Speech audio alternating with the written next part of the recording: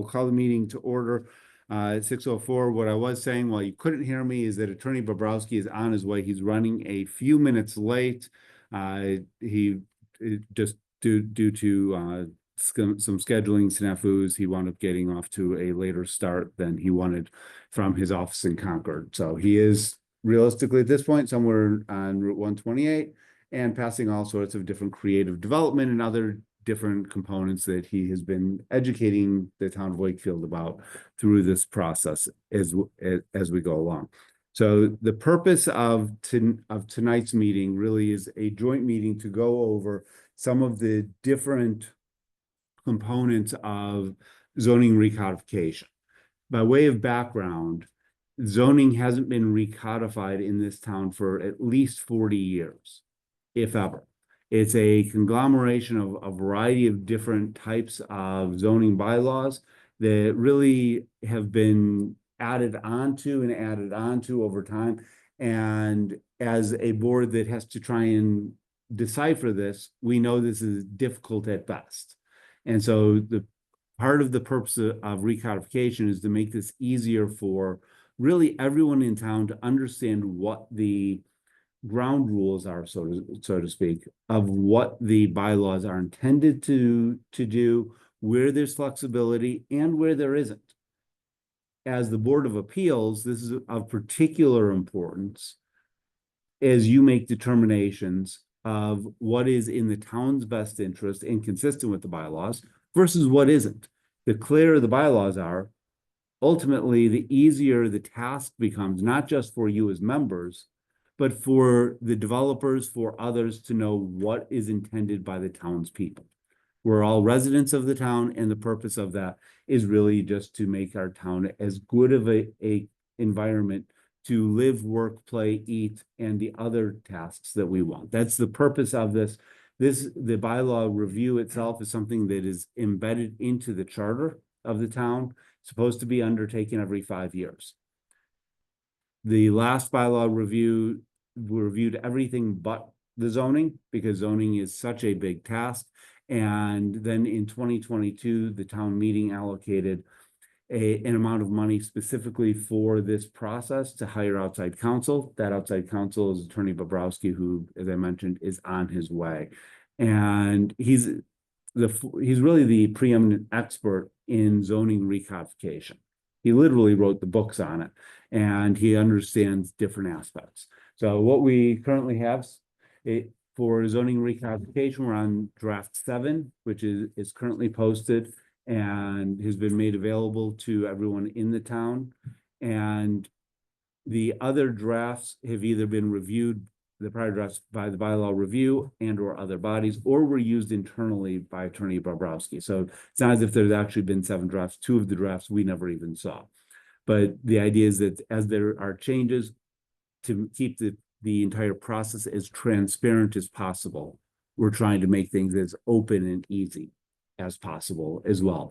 Because when this comes to a conclusion, which is currently anticipated for the Springtown meeting, the idea is that we don't want there to be anyone who does not feel that they've had the opportunity multiple times to give input.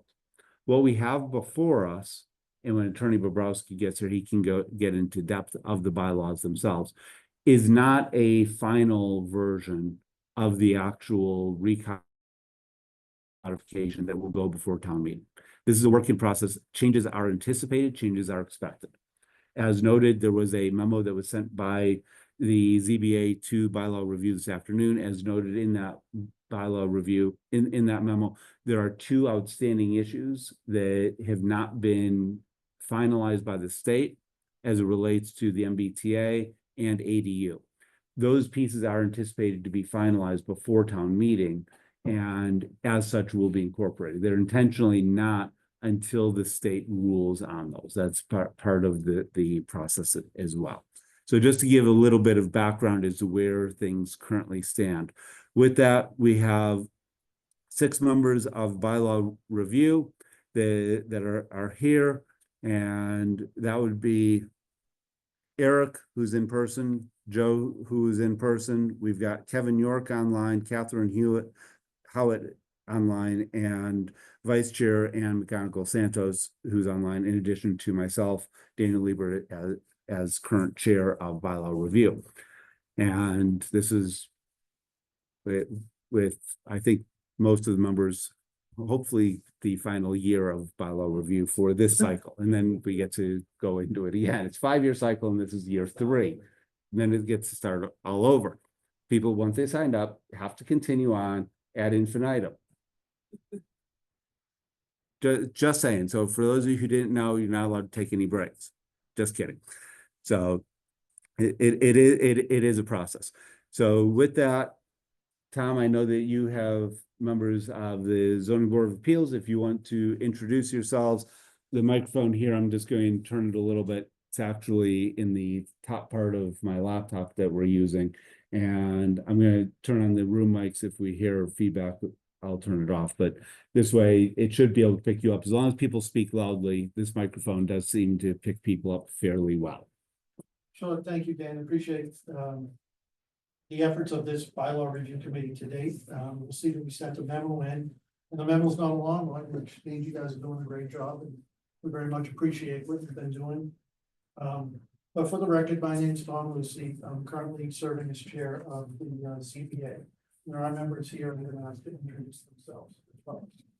I am Cousin Humphreys. I'm part of the ZBA member. Michael Feely, member of the CBA. Chip Targo, member of the CBA. Joe Pride, member of the ZBA and Bylaw. Joe gets to do double duty. I think Dave. And Dave. Yep, Dave Hatfield, member of the ZBA, via Zoom tonight. Excellent. And you're getting to experience it from a different perspective, so you'll be able to talk with your colleagues as to what the experience feels like. Any other local jeweler, Jared will help you create a very unique engagement ring. So Visit your for local those of Jared you jeweler online, or when go you're online speaking, Jared.com. Everybody's chasing. sorry, just changing microphones here. So for those of you who are online, when you're speaking, you have the joy of being full screen here. So at the moment, Dave, since you're the last one who spoke remotely, we get to see you full screen. So don't be too surprised. Yeah. It's just the way the Zoom process works in the room as well. So we can see the individuals with cameras on separately from those who are speaking. If someone who does not have a camera on speaks, then they will just show up with their profile picture or initials. Okay. So as I expect Attorney Bobrowski will be arriving sometime in the next 5 to 10 minutes. So maybe Dan, Yep. we put together a memo to kind of put our thoughts together. We thought could guide the meeting a little bit, so we could just kind of focus in on the areas of that we had we want to offer some suggestions, and we had some slight concern. But before we get into the nitty-gritty of that, you did mention 2 of the issues, the MBTA bylaw and the ADU bylaw. And you thought that the town would hear back from that. So the issue of timing of all this, I think, is something maybe we can discuss without Attorney Bobrowski here.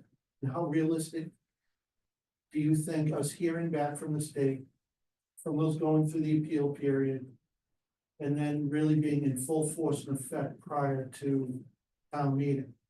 In addition to those 2 concerns, you'll see in our memo too, and we'll get to it. Many people on the board express a strong opinion on the sign bylaw, that we need to do a lot of work on that and have that included in the recertification. Well, I don't know if other members want to speak up. So as it speaks to timing and process here, I think we have some concerns about making it to Springtown meeting, and wondering if that's a realistic goal, if it would be rushed. We do have a fall town meeting. I know people want to drive towards a goal, but it seems like a lot of work between now and Springtown meeting to get all this done.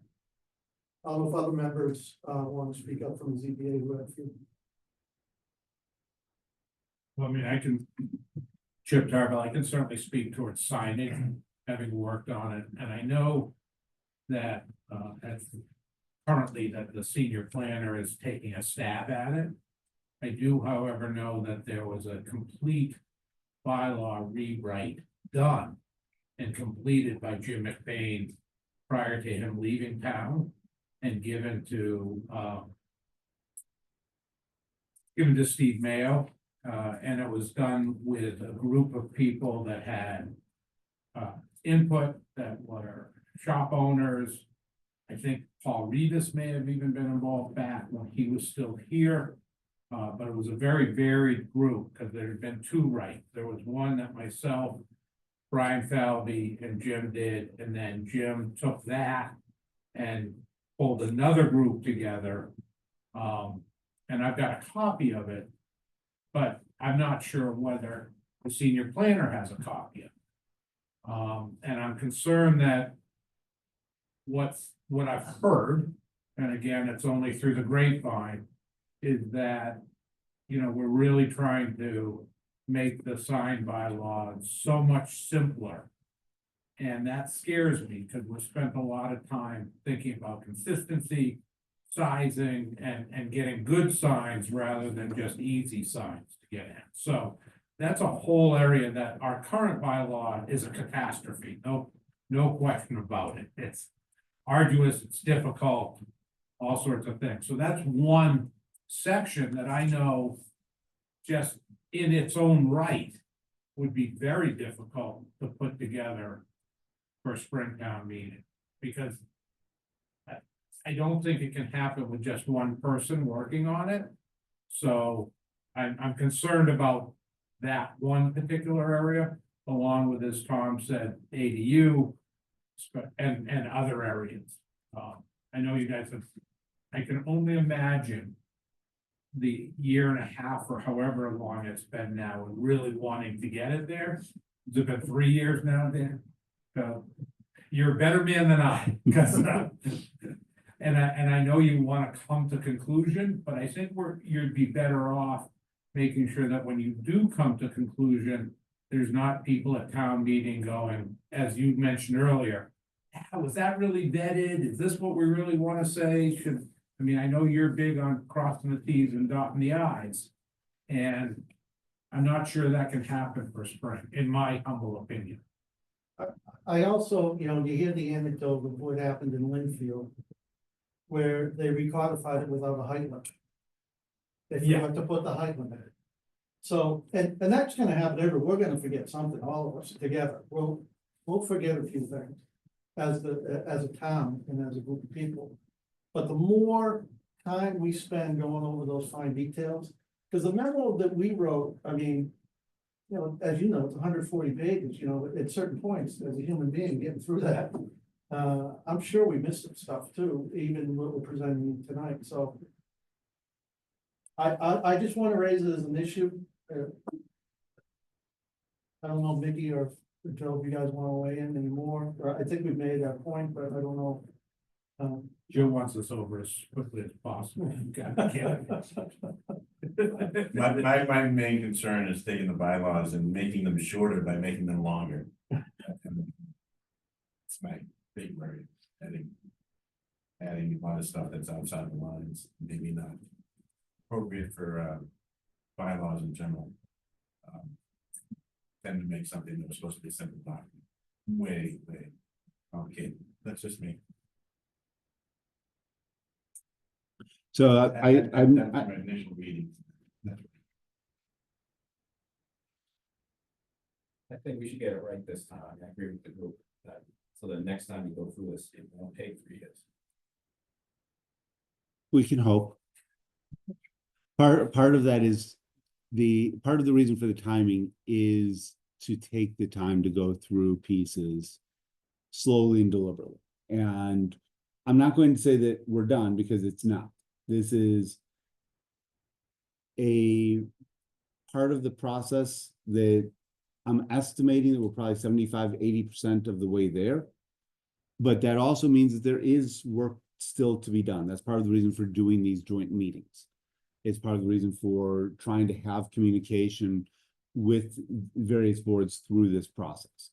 Whether it can be done by May or not, I don't think personally that we can say it absolutely has to be done by May, or that it can't be done by May. The parts as it relates to signage is of particular interest. Attorney Bobrowski has his own opinions that he will share. What he has shared thus far, and I'm just paraphrasing, is that Wakefield has by far the most convoluted, complex, and specific signage components that cannot actually be oversimplified, to the point where he didn't try to oversimplify. He looked at it, realized that there are two separate, somewhat conflicting parts of the signage bylaw, and that is by design. So there are areas of that that need to be slightly cleaned up, particularly where it refers to groups that no longer exist. So to the signage review board and things along those lines, which are just has no members on it, that holds up process. But the concepts that have been developed within the town over the last 40 plus years, this purpose is not to actually undo them. It's to clean things up.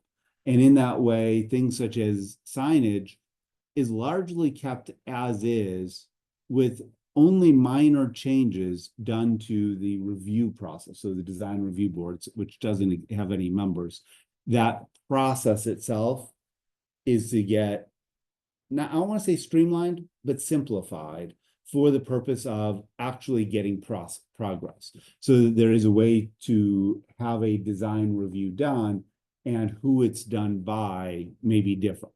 And that can vary depending upon a couple of different aspects. But the idea of having design review, having that for certain things that are in the downtown district, that is actually all by design being kept in.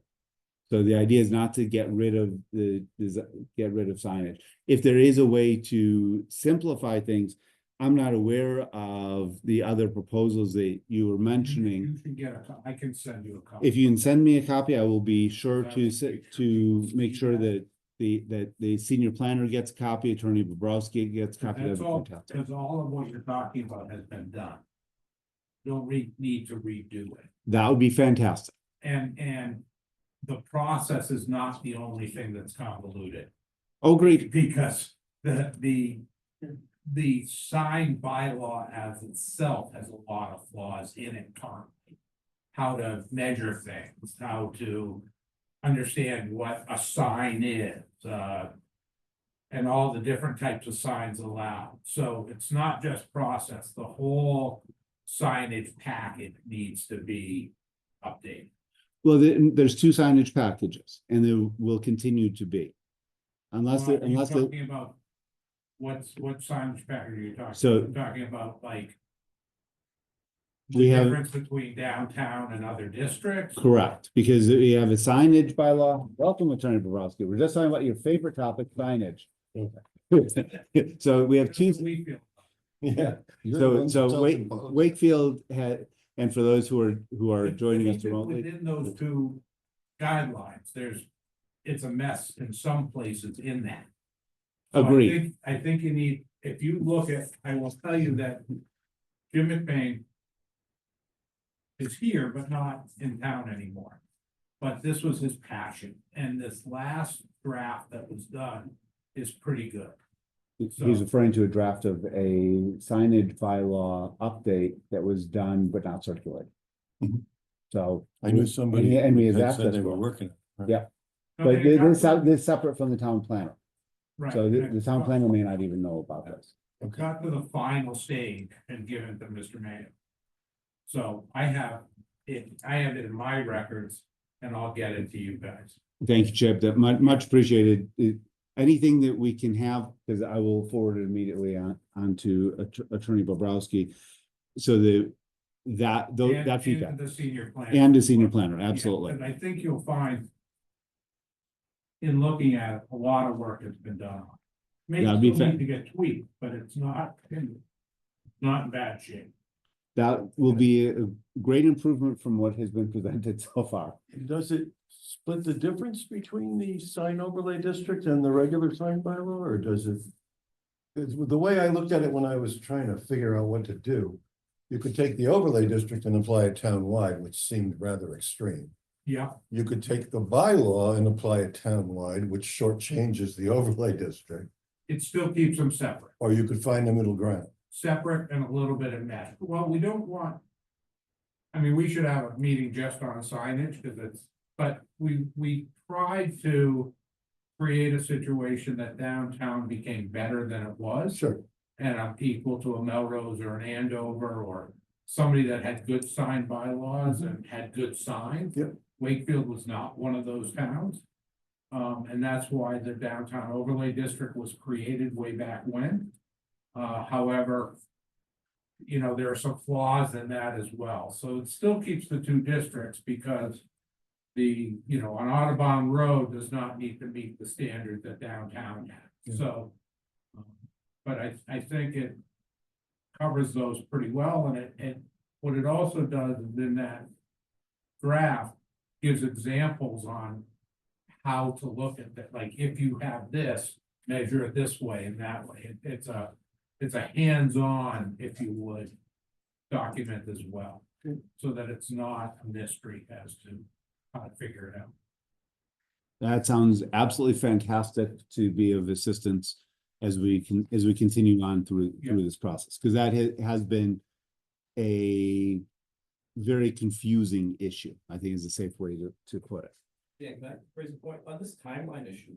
Does it make sense, or can we go to the first meeting in spring and pass a majority of it and then pull back like signage and a couple things that we have on this list, like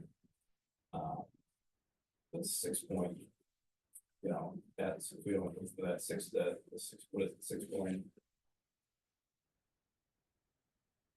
The short answer to your question is yes. See where you're You at. could do it in, I did Dedham, for example, half and then another half.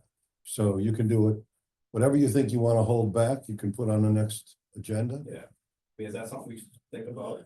I think it's something we can think about, and we can think about it in a couple of ways. And feedback is certainly welcome here. We can do it where we recodify all but, or we can do the recodification knowing that we are and set the expectation for town meeting. We're coming right back in the fall to change the bylaw that we're now approving. So that way the recodification, which keeps the, dare I say, confusing, say for signage, language in, but it has new numbering. Then we're changing just the numbered sections so that we don't have a chapter 190 that relates to one piece, and then we have a section 190 section 72 versus section 6, because that way it's it's consistent. It's DBA now like 6.2. Right.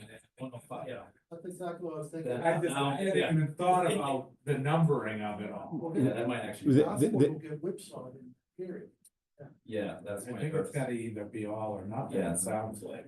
Well, it's as I said, it can be a multi-stage process, and I think this is where Attorney Bobrowski was going to in different words, and by all means push back, is to do the renumbering, which is really what recodification has at its core, is to reorganize and renumber, and then for the open items to set the expectation, and then to come right back in the fall with updates as appropriate. There may be updates that are needed for ADUs because the situation may not be fully cleaned up by the Springtown meeting. There is likely to be updates to signage. There will probably be other issues, as was mentioned earlier, if there was something that was just left out and we didn't realize it during this first draft. Hopefully it won't be height of any building. So I think Solar is your leading example. so solar currently is not there. Another example that comes to mind is we could leave out the performance standards. and then add those back in. That's a perfect A- example. And, Leave those off for- but the point being, that would, Big idea. well, and part of it is, they might be left, we could leave them off with the intention that they might come back or they might not. Yeah. Because if there's resistance to putting performance standards in, then there's nothing that says we have to put them in. We can put the placeholder and put the placeholder with whatever language Attorney Bobrowski recommends for that, to say, you know, this is handled by regulation until otherwise updated or something along those lines. That's the job of lawyers, to put in the legalese that the rest of us try to figure out. So once that part is done, then we can decide as a town what meets the best needs. Is it consistent performance standards? Maybe. Or performance standards that are set by each board, which might be just as appropriate, maybe. Or did not have any at all, or to only have them set by the Board of Appeals, or only set by a particular, you know, by perhaps town council. So we can have those discussions separately. And that is, to that point, for anything that's contentious, we can absolutely, dare I say, punt it. And that may push it to another committee in reality, because once the recodification is done, this bylaw review committee will probably conclude its work. Although we're not tied to just zoning, there's other things that are open. But it also enables it to go to wider audiences as may be appropriate. And I think that could work well. Do others have feedback on that? Including those online, you're welcome to unmute and contribute.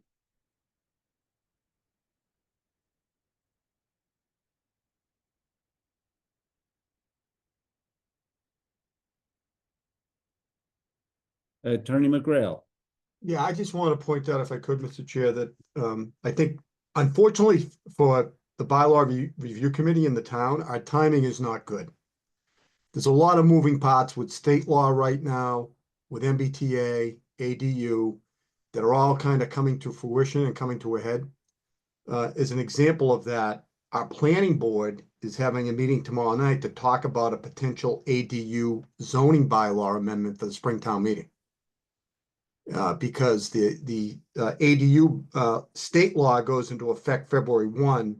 There's supposed to be regulations that are going to be issued by the state on that, which are in draft form now with public input, and they've committed that they will issue them prior to February 1.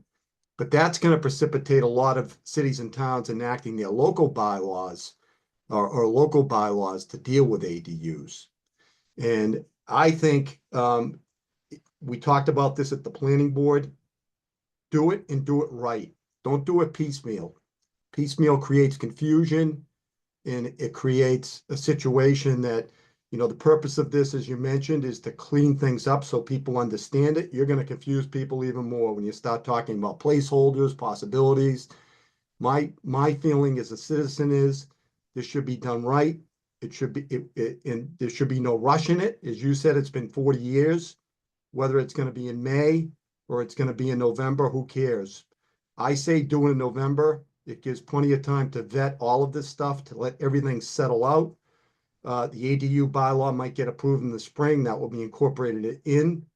The MBTA bylaw right now, it's at the Attorney General for the 90-day review, which, and then after that, under Chapter 40, Section 32, it has to be published before it becomes effective. So that's not going to be in place for town meeting to be able to even incorporate that in the spring, no matter what. So I personally think that you should make a call now and say the right time to do this is the fall. That's just my personal opinion. Thank you. Thank you. Others?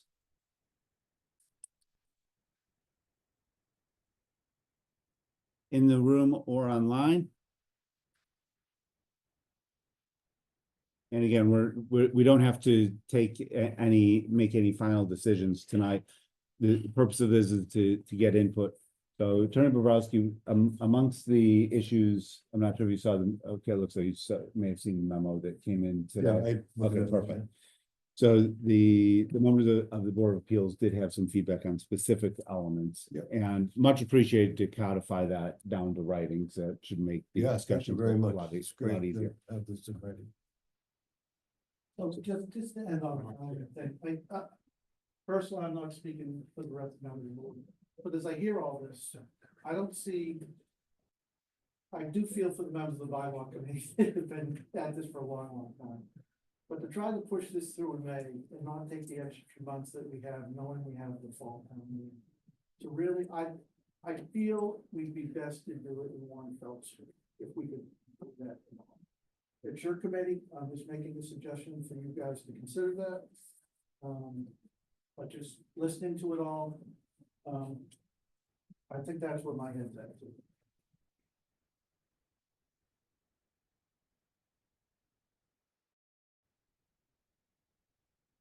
Great.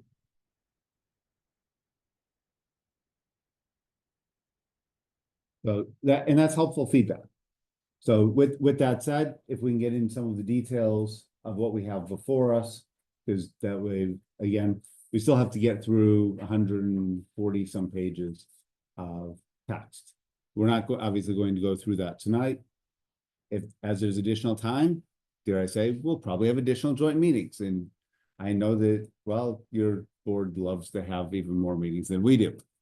And then there's Joe, who gets to do double duty. Let me try to make some comments without having to necessarily scroll through the bylaw. So I'm on page 1 of the memo that I received today. And again, I really appreciate, is this one person's point of view, or is this the ZBA's point of view? Both. We took some time at our meeting on the 8th last week. Yeah. So what we did is leading up to that, Dan and I had been corresponding about getting together. Dan was kind enough to make sure we had the latest draft. So I circulated that amongst the board. Board members read it. Not everyone got through the whole thing, it's 140 pages, tough time of year to do that around the holiday. So people brought forward some issues and we had a general discussion. Like, quite frankly, the suggested drafting corrections that we don't really have to talk about tonight. I just read, that is that. We talked a little bit about like these concept concerns that we have, these 1, 2, 3, 4, 5 items as a group. Yeah. And not even then, like on the before, Joe had a slightly different opinion than several of us, so which was fine. So not trying to present these as a unified front, but just general, like, that's why I said concept concern as opposed to this is where we're at. Well, always one of my toughest jobs is to figure out who is giving this to me, because I'm looking for consensus, not the loudest voice. And I have, for example, right now I'm recodifying another town, and there's a guy on the planning board, and he's just, I don't know that he works, he just does this. I'm constantly getting memos from him, and I call the town planner and I say, am I supposed to be listening to this? You have to vet this first and tell me that the group wants me to do this, not So what an I did there individual. too is, following our discussion, I typed it up, I sent it out to the board on Friday and said, if you have any concerns or disagreements with anything that I've written, let me know by like 1 o'clock today, so then I could send it to Dan and you, so it would be a guide for our meeting tonight. Right. I did not hear anybody come back and say, I'm gonna die and still get back. Okay. Okay. And I think it's fair to say, Tom, that during our meeting, we said if you're willing to take the lead, with your knowledge and expertise in the field based on what you do in Cambridge, that we're comfortable taking your lead. And if you have a problem with it, we probably have a problem. So, but we discussed enough and looked at your memo enough to feel comfortable in presenting it to you. So in answer to your question, yes, listen to that memo. All right, so just to begin on the first page, I'll just. And I'm sharing the memo for those who are on Zoom. Oh, okay. So the first one on 511 with the 12 months, that actually is in the statute. It's not to be confused with the 36 months for the lapse of a special permit, which did change from 2 years to 36 months. That's section 9 of the statute. But the provision on 12 months is the second paragraph of section 6 of the statute, and I'll read it to you. It says, and it says, a zoning ordinance or bylaw shall provide, not may, shall, that construction operations under a building or special permit shall conform to any subsequent amendment unless blah, blah, blah, it's verbatim here. More than 12 months after the issuance. It used to be 6 months, and it was amended maybe 4 years ago to 12 months. And what they've said is that if you beat the game by having a special permit or a building permit in hand prior to the first advertising and planning board public hearing, you're good. But this little known paragraph says you better start within 12 months or we're gonna revert and we're gonna get you. So that's just, it's not a very, I don't even think there's any litigation over this clause of the statute. In terms of the finding, if that's, many towns, more towns use special permit for as a standard for changing nonconformities. And the only difference between a finding and a special permit is a 4-to-1 vote or a 3-to-2 vote. Yeah. If you'd rather use finding, no problem. It's a choice you made, and I'll make that change. With regard to, I'm gonna have to look at 511. I think 511 is this. I think that clause is variance required. Is that right? Is that the caption? Yeah, I just didn't want to take away discretion from, I want the building inspector to have some discretion. So is 511 variance required, or is it single and two family?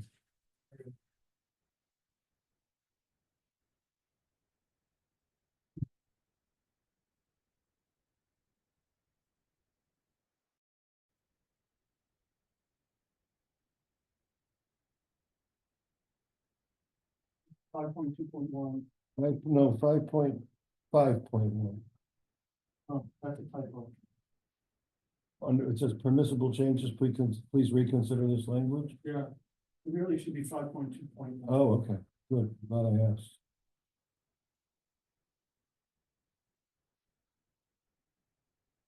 That's the section where the font types of changes, extensions and non-conforming uses may be considered by the zoning appeals.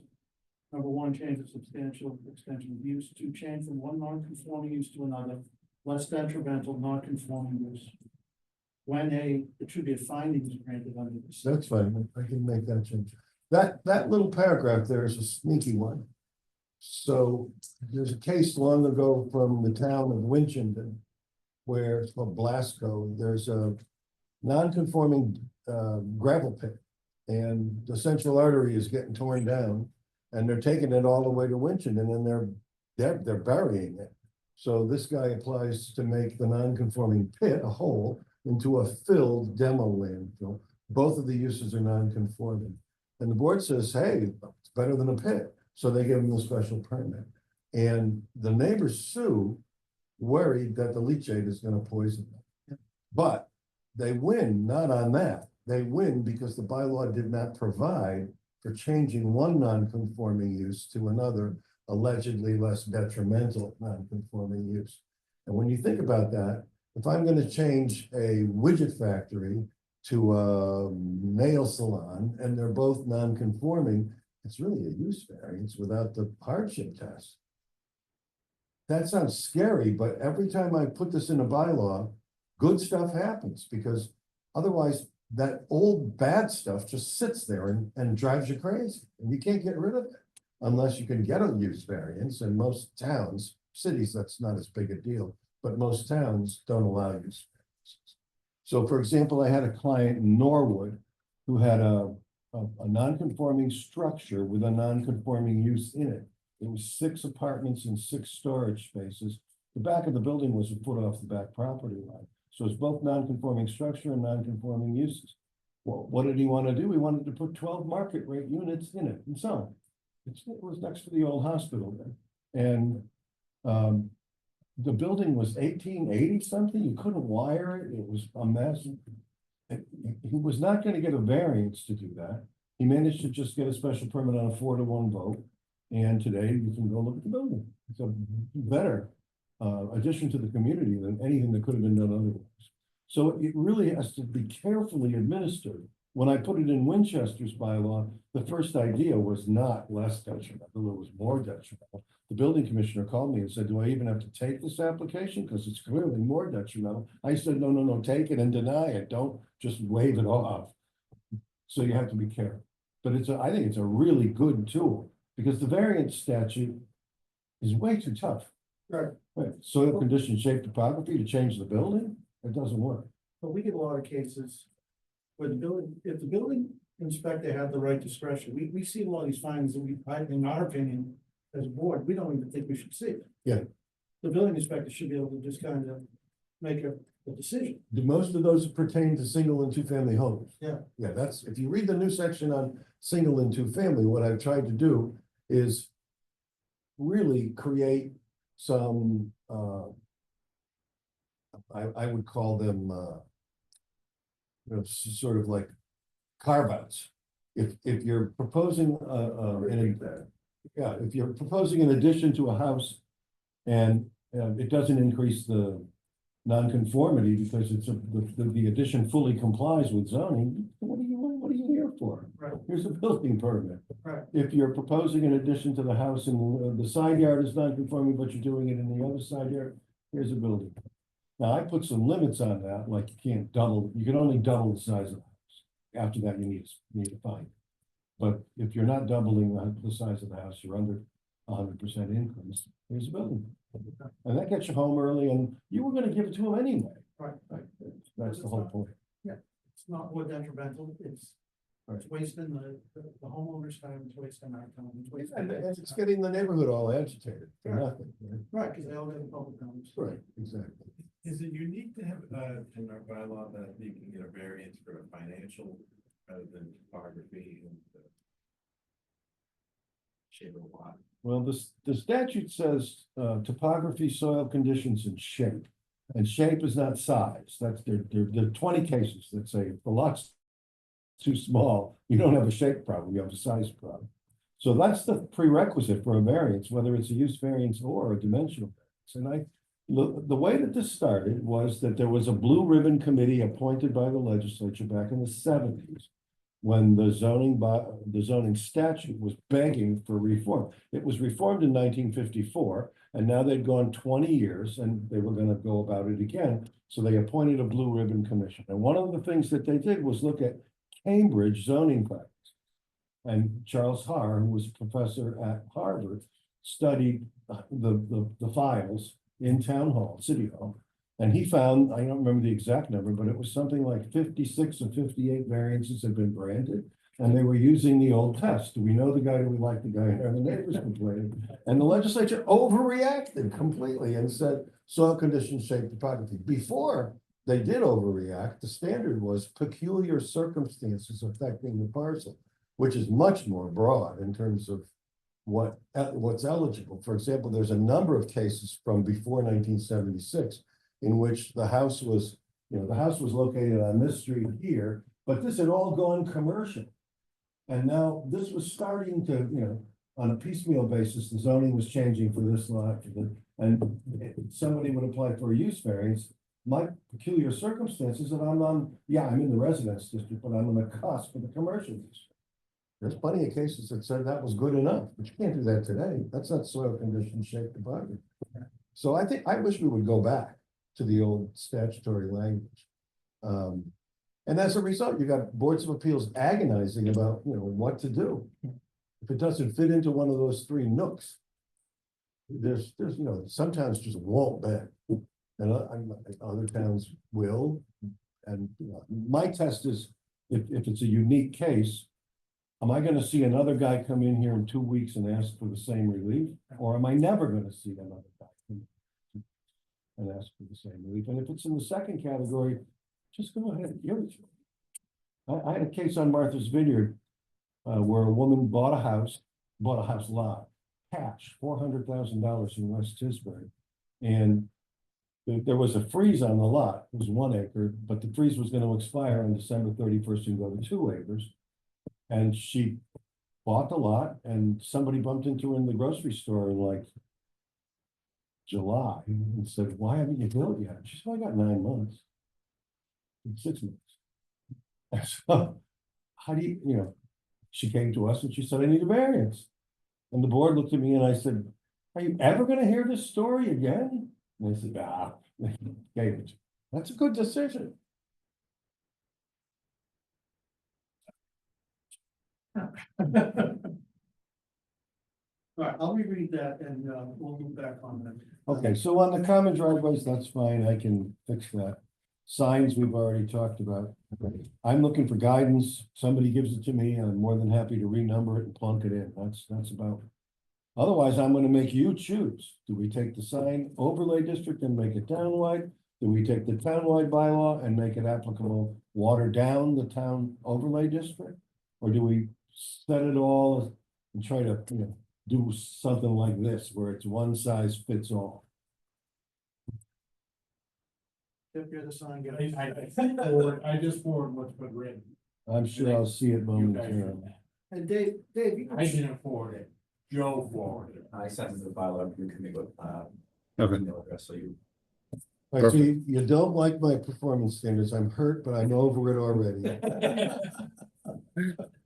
The apartment, ADU stuff, I'm waiting for the report of the committee, I mean, I know what you need to do, but I'm not gonna make the policy choices. There's those signs again. Mr. Chair, Yep, can you hear me? we can hear you, Mr. Hatfield. Thank you. Just, I don't know, if before we moved off signage, just, and again, the audio, I'm getting most of it, but perhaps not all of it, but just another point on signage that I think we discussed in our meeting, Tom and Chip, was in addition to that new bylaw that never saw the light of day, is, what role would the design review board that used to have in reviewing signs before they came to the ZBA, which has since sort of dissolved in town, still listed on the town's website. They played I think an important role in reviewing signs before they came to the ZBA. And is that still going to be factored in some way? Should that be resolved? Do we form a new committee? Does the town do something? And does it get referenced in the bylaws in some form or fashion? I don't think it ever was. It just became sort of a process. But it's just another factor, this design review board and looking at things in concert or prior to the ZBA looking at signs for various projects. It's in the bylaw, it's at the back of section 10.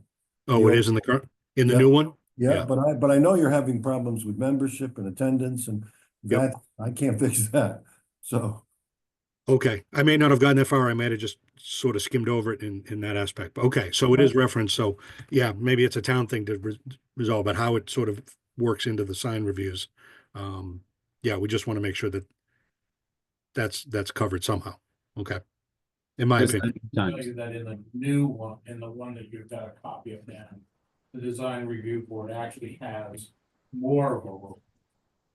But like in the approval, so that it doesn't have to go to them and us. It's like, if it's okay by them, it's done, and then we are the appeals process. Not both.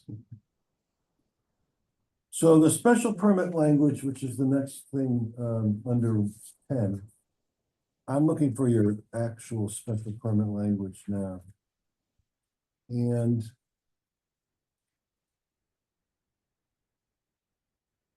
they're not that different. I mean, your criteria right now, the use is listed as requiring a special permit. The requested use is essential and or desirable. I don't know that that's relevant.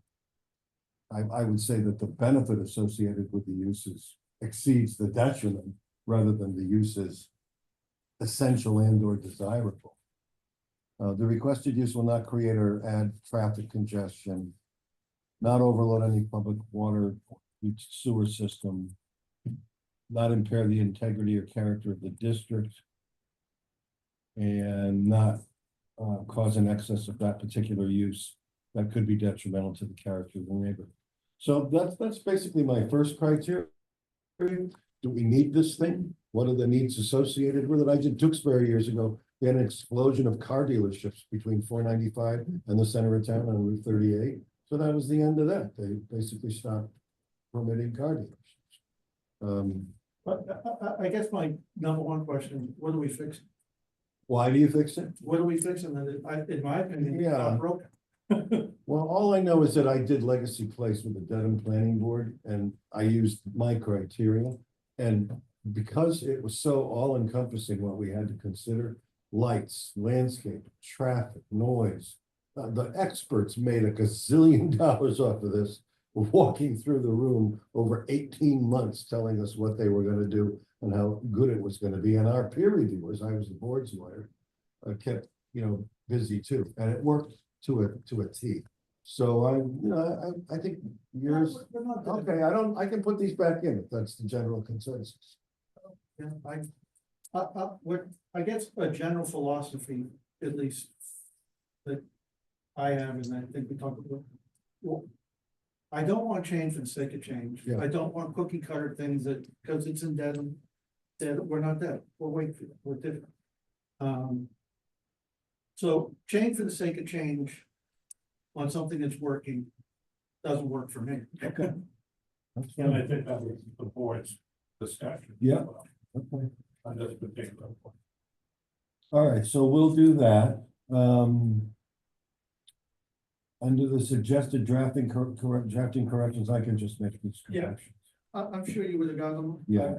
These are, by the way, the only ones that, as I was falling asleep, going through 140 pages that just jumped off the page. Yeah, I've had my old office manager quit a couple of years ago, but she'd been with me to do 40 of these things, so she knows how to cull it and format it and all the rest of that. I'll give you a heads up. Yeah. On that, we don't really have, there's nothing there, Chad. Okay. And Sometimes I list the town council, in your case, as the special permit granting authority, even though they don't do it today.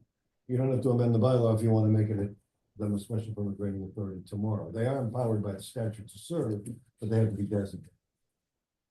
these aren't things we're tying on the hill on. Okay. It's the point now that should close in the case. So I didn't know if it was a misunderstanding or. Nope.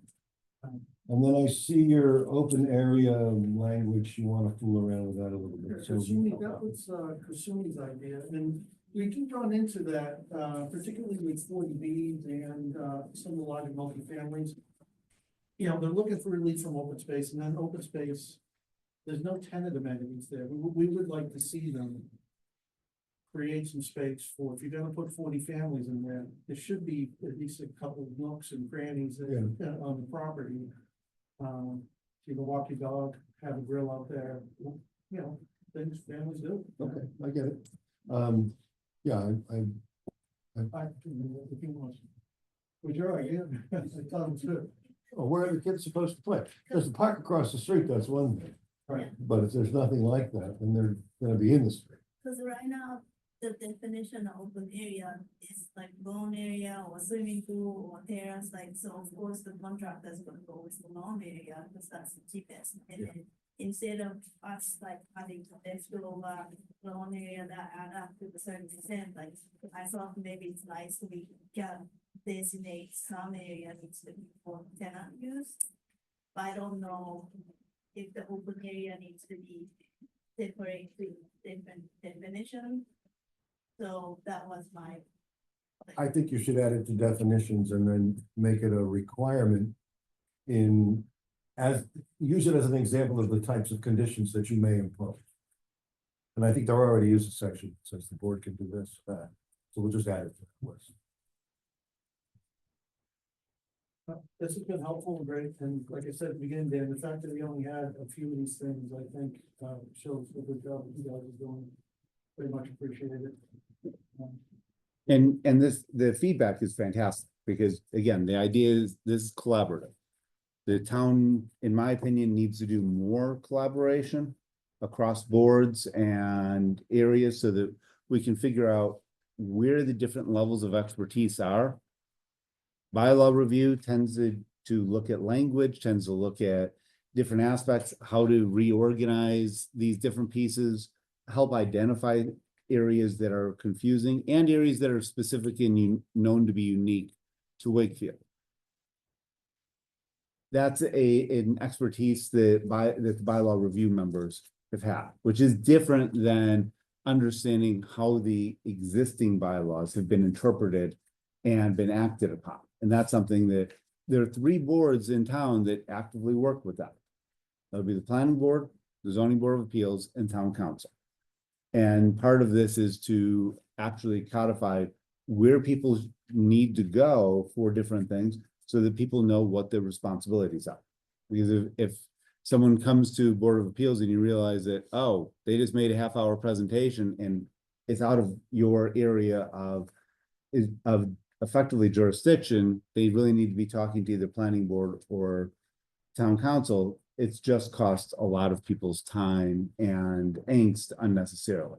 So that is certainly a part of this, in addition to promoting more communication across boards, where things like the performance standards, which is something that has come up with various boards and will probably come up with the next meeting as well. We now know, oh, this is something that should be at least discussed. Whether it should be codified here or not, whole separate issue. But okay, the idea of how are things interpreted, and that's what performance standards are about. They're not, this must be done X, Y, a particular way, X, Y, and Z, and there is no flexibility. But the idea being, okay, there is a standard by which we're going to be measuring light pollution or sound pollution, what the expectations are. And that way it can be interpreted in similar ways, albeit not likely not the same, by different adjudicatory processes. And that's where it may be best that each board comes up with its own parallel standards, or that they should be designated at a different level, as opposed to a bylaw which requires town meeting to approve it. So again, I'm not stating a particular opinion that needs to go one way or the other, but the fact that we're having the discussion, I think, is fantastic. And that's something that this committee needs to do it as a larger group, without devolving into trying to have, tri-board, quad-board type meetings, because the effectiveness of those tends to be moderately low. But to have the expertise and the institutional knowledge, such as Dave, what you brought up with, the recodification work that Jim McBain did, and be able to have that sent and then forwarded on, that can actually do things in a really positive way. So that institutional knowledge is extraordinarily valuable, because very little of this is brand new. We see this across town where issues will come up. People think that they're novel. And in many cases, the novel portion is the timing, not the concept. And even here, the idea of doing recodification isn't new, but we are trying to do it. The idea of doing it, whether it's done in one segment or two, is certainly a good discussion to have. And there may be more than that. So definitely appreciate it. Any other comments before we close out this meeting and run off to yet another one?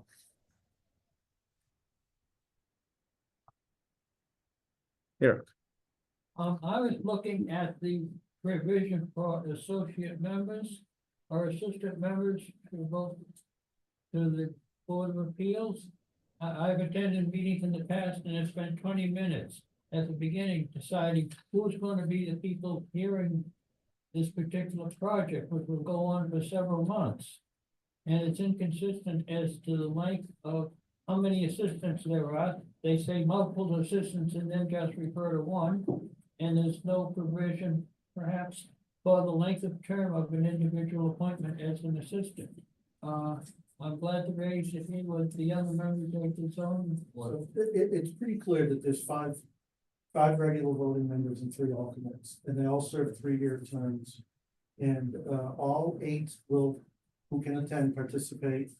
And then we just keep track of, who's attended the meeting in case someone misses one, if it's a multi-month type of application. I think we have that down pretty good. And we're very, very obviously pay close attention to who's been to what meeting. So that only people that have heard all the testimony are able to vote. And then in general, the rule is that if all 5 regular voting members are there and participate, and it's also a good training ground. It's actually good to have, because as we move people on, to have people, they get a little bit of a taste of it, then move up to the process if they move up to regular voting member. So it's working really good. Board of Appeals is the only board that has associate members by right in the town. It's actually something that the prior bylaw review had changed so that other boards don't have associate members. It's only permitted specifically for the Board of Appeals, and it's because it's for an adjudicatory process, which means that it's very important that people have the ability to get that ruling that is legally enforceable. But we don't, that way we don't have it for other boards that, okay, you have someone who votes here and doesn't vote there.